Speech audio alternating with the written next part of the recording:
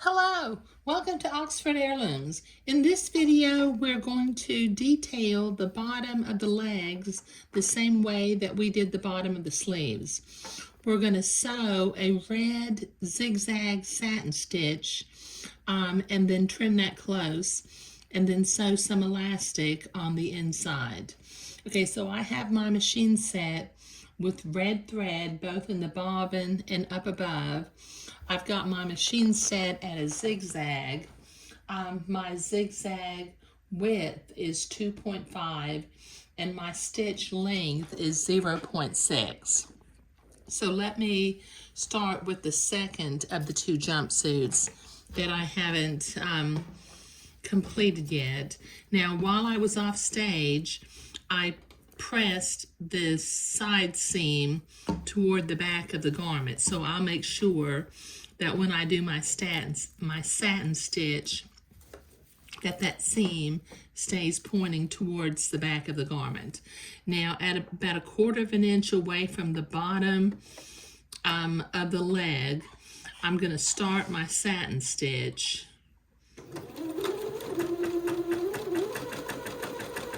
And all along the back part and the front part of the leg opening, I'm going to do a zigzag satin stitch.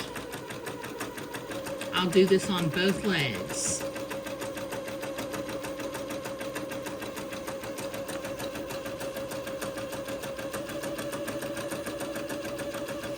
And this red satin stitch really gives a little pop of color to the sleeves and the legs of the jumpsuit. Okay, so this makes a nice satin stitch back here, which we'll trim off a little bit later. But I have a lot of zigzagging to do in order to get both legs done, so I'll be right back. Okay, I've got both legs zigzagged with the red satin stitch, and I have trimmed really close. I may have a little thread or two that hangs out that I will trim those off as they make their appearance. Okay, now I've got one more leg that I need to trim, and I'm going to trim them not with my embroidery scissors, but with my Ginger spring action dressmaker shears. The spring action is really nice because it causes the scissors to open back up. And when you're working with heavy dressmaker scissors, having that spring action saves your hands from having to do so much work.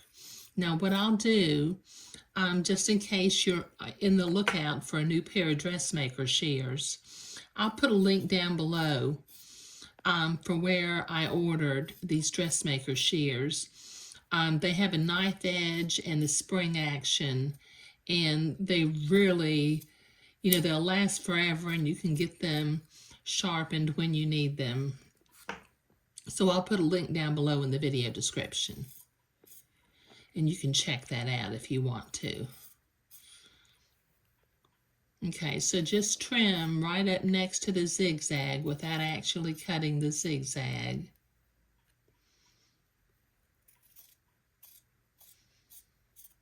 There. Okay, now like I did on the sleeves, I need to sew some 1/8 inch soft stretch elastic to the inside. Okay, now what I'm going to do is I'm going to use my blue fabric marking pen, and I'm going to make a mark 3/4 of an inch above the hemline. So 3/4 of an inch, mark it in the center because this leg hole opening is a little bit longer than the ruler that I'm using. And then just draw a line to sew along.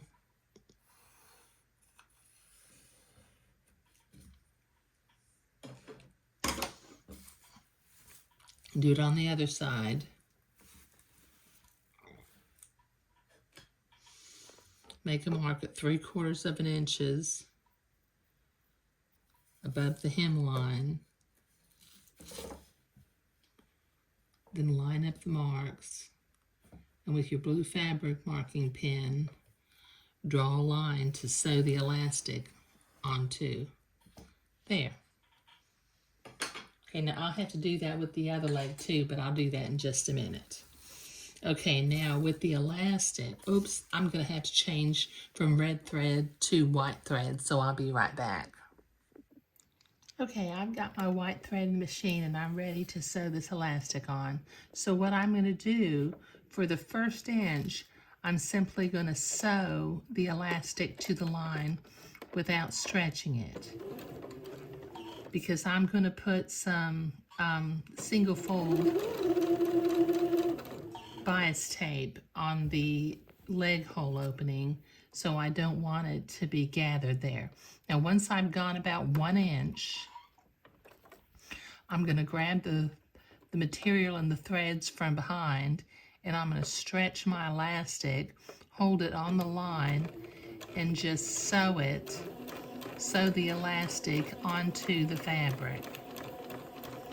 Now some people zigzag this on, but when I zigzag it, I have a tendency to pierce the elastic anyway, so I might as well just sew the elastic. Okay, just pull the elastic as far as it'll go. It's soft stretch elastic, so it doesn't, it's not going to draw up too much.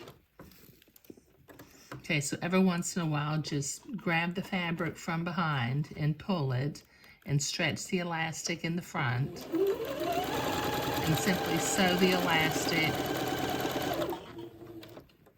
along the line we drew at the leg hole opening.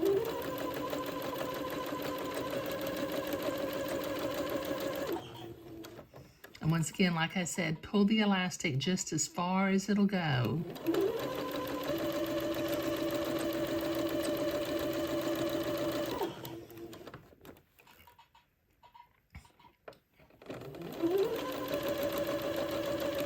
And then sew till we get to about 1 inch from the other end of the leg hole opening.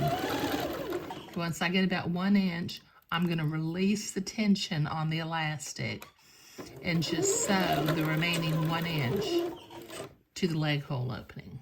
There. Okay, now while I was off camera, I'm changing my thread. I went ahead and sewed the elastic on the other leg. Move my elastic out of the way. Let's see if I can zoom out here. Okay, so this is now starting to look like a romper.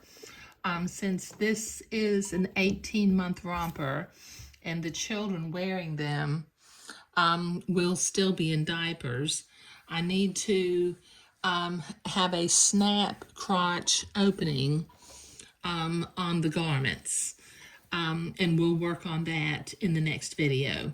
But in this video, we were finishing off the leg openings with a red satin stitch and sewing elastic along the inside. Now I will have to use my bottle of distilled water and spray it, because the blue fabric marking pen does still show up, but I'll do that off camera. But thank you.